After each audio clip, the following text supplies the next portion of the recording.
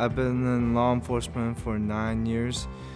The first year I was in training with Macon Police Department, and then for 8 years I've been with the Bibb County Sheriff's Office after consolidation. Myself and the recruit I had riding with me at that time, Deputy Lundy, we responded to a person down. When I looked at the computer screen and the dispatch call, it said an infant was not breathing at the time. And when I arrived on scene, I spoke with the grandmother. She was holding the infant at the time. The infant was given a sleeping pill by another child, and it was not breathing. I could tell it wasn't breathing because the baby had no pulse. So I initiated this infant CPR. Deputy Lundy was securing the scene for me, and when I did 2 cycles of the infant CPR, the baby started gasping for air, and then I kept doing the infant CPR until the paramedics and EMT arrived. I'm just glad that we just got there in time to save the baby.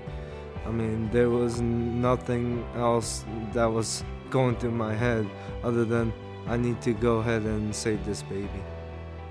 I think the Shield Club does a wonderful job in supporting first responders in general, and I really do appreciate, especially that they will go out of their way and help support the families that are in the time of need in general.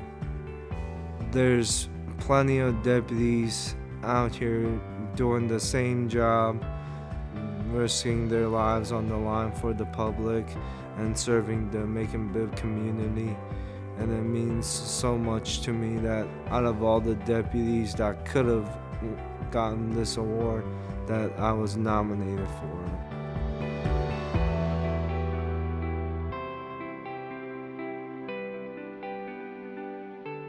I'm a sergeant.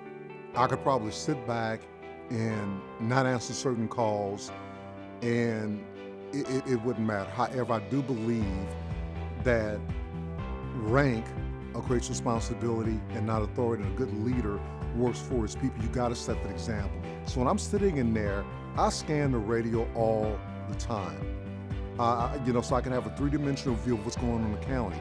The call came down as an unresponsive infant. Most of the time, we will get there before fire rescue.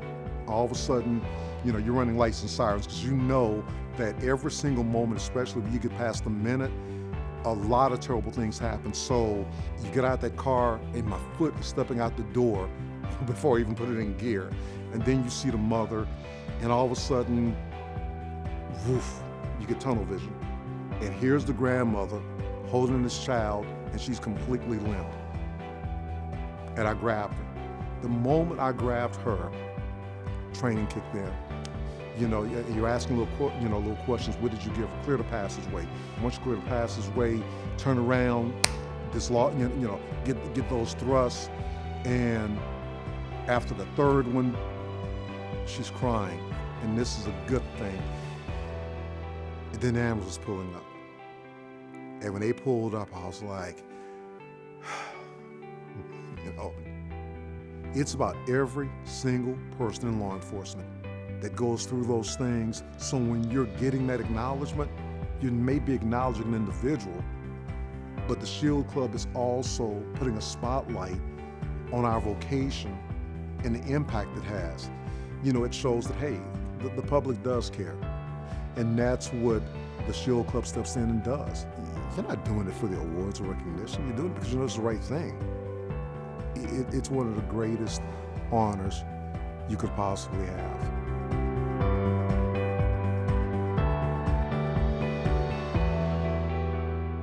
I've been in law enforcement for 15 years. I started when I was 20 years old. While I was on patrol, I got on the SWAT team, and then we consolidated in 2014, and they put me on the Special Investigations Unit.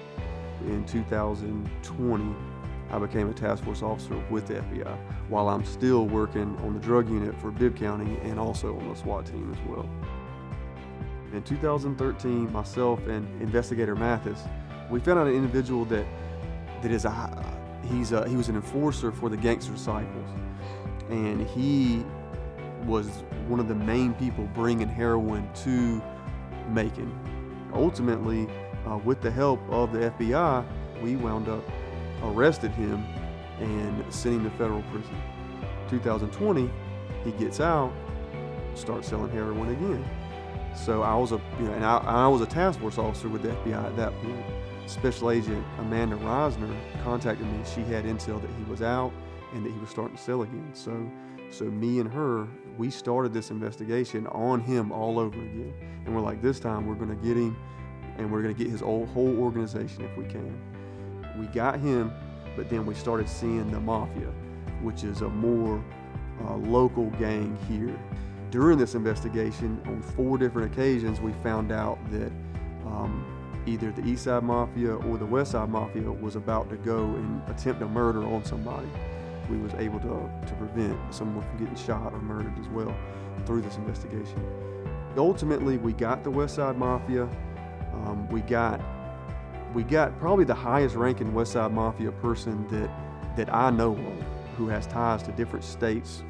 We ultimately arrested 17 individuals. We did 11 search warrants, all simultaneously, and we wound up got 20 guns that day. That's when we arrested 17 individuals. We got about 8 pounds of heroin. We also got about 4 pounds of methamphetamine, 1 pound of cocaine, and I think 4 pounds of marijuana during that. You know, I understand that Bibb County, there's a shooting here every day. To me, I feel like the majority of the crime in Macon is either gang or drug related. So, and those are the people that I'm after. I mean, I feel like in that way, I'm making a difference, at least within our community here. Within today's climate, a lot of people don't value law enforcement like they used to. So with the Shield Club, I think that puts law enforcement in a better light. You know, it gives something positive that people can see. And I definitely appreciate the Shield Club for recognizing all of us, basically, for this case.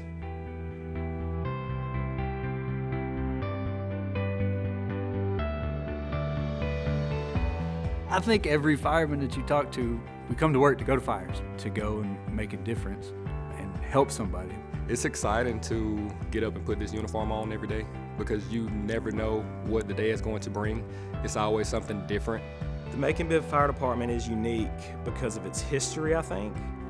It's just a higher standard. The Class 1 certification, people know who you are. People know that we are a different caliber in Macon. The fire department in Macon is a lot more community over self. We're a very aggressive fire department. We're here, we're aggressive, we're getting in there, we're getting the fires out, we're getting people out. Being a fireman, you're always ready for the bell to hit. And when the bell sounds, we were ready to go. Summer of 21, we got a call about 1 o'clock in the morning roughly for a confirmed structure fire. On the way there, they told us there were possible entrapments. That means we know that there's somebody probably in there. And you always treat a call like there's somebody in there no matter if they say that or not. When you hear something like that, being a fireman, you go into another gear. So once we got there, we knew exactly what we needed to do. We were second in, we got there. Engine 1 had already laid a supply line. The officer had initially pulled off a line and was beginning to extinguish the fire. Myself and firefighter Howard responded from our engine, grabbed the line, went to the front door, kicked the door in, started putting out fire. At that time, I let him continue extinguishing fire. I went off the line and did a search by myself. Went down the right-hand wall, went into a couple bedrooms, came out, and that's where I found the first victim that we pulled out. So I followed the line to him. It's smoky in there, you can't see anything. But the way you're trained, you follow the line in, the hose. We all came together and pulled the guy out. Got him to the door, and another crew helped get him out the rest of the way. And started working him to try to get him back, because at this time he didn't have a pulse. Me and Chris Bowling, we went back in to do another search and rescue for anyone else who was inside of the home. We eventually found that person. Luckily, he was face down on the bed, if I recall right. So he was kind of what we'd call filter breathing, where he was breathing some clean air through his mattress. We made our way back out through the front door, and us, along with other crew members, we started CPR on those two. We got a pulse back on him and was able to save that guy for sure. Once we were able to get him back, we turned the scene over to EMS. From the time Lieutenant Brewer said that he found the first guy to the time we got the second guy out was probably a total of 4 or 5 minutes. I mean, we're trained to act fast in those situations, and life over limb, so you just get them out the best way you can to try to save their life. It's just so fast, and so many people worked well together. And when you get people that work well like that together, you usually get a good outcome. With this department, we're so close-knit. We run a lot of calls together. We do PT together. We're a brotherhood. So we trust one another. Like, Lieutenant Brewer didn't have to turn around to me and say, hey, we got to go in this house. Like, I already knew we have to go into this house. We have to go in and get these people out. Some of the best guys that you could work with work at this fire department. The training that we go through, the amount of training that we do, the amount of calls that we run, you do that kind of thing over and over and over again and just becomes second nature. When you're in that position where you have to rely on those skills, your adrenaline's going, you don't have time to think about what you're actually doing. You just have to be able to instinctively do it. I think it's great to have Shield Club behind someone who works in public service. Of course, the community cares as well, but to just have that second pat on the back, like, you're doing a good job. Thank you for your service. The Shield Club is a good organization because it sheds light to why am I doing this, I know I'm not doing it for recognition, but at the same time, it's always good to have a pat on the back from somewhere, especially when you're not expecting it like this. It's just motivation to do better. It's motivation to train more. It's motivation to learn more. It's motivation to do is the best you can again and again and again to continue to get the best outcome you can. I think the Shield Club is not only is it important, but I think it's a very interesting organization. It's very unique in the fact that they're there to support law enforcement, firefighters, public safety, and things like that. And most law enforcement and public safety people that you talk to aren't real big on self-promotion of themselves. So to find an organization that is supportive of us, that's not about look at me and look at what we're doing and promoting themselves so much, I think that's great. I think that speaks about the organization itself and the things that they're doing. It seems a whole lot more genuine. We're not worried about what everybody thinks about us. We're truly here to support you.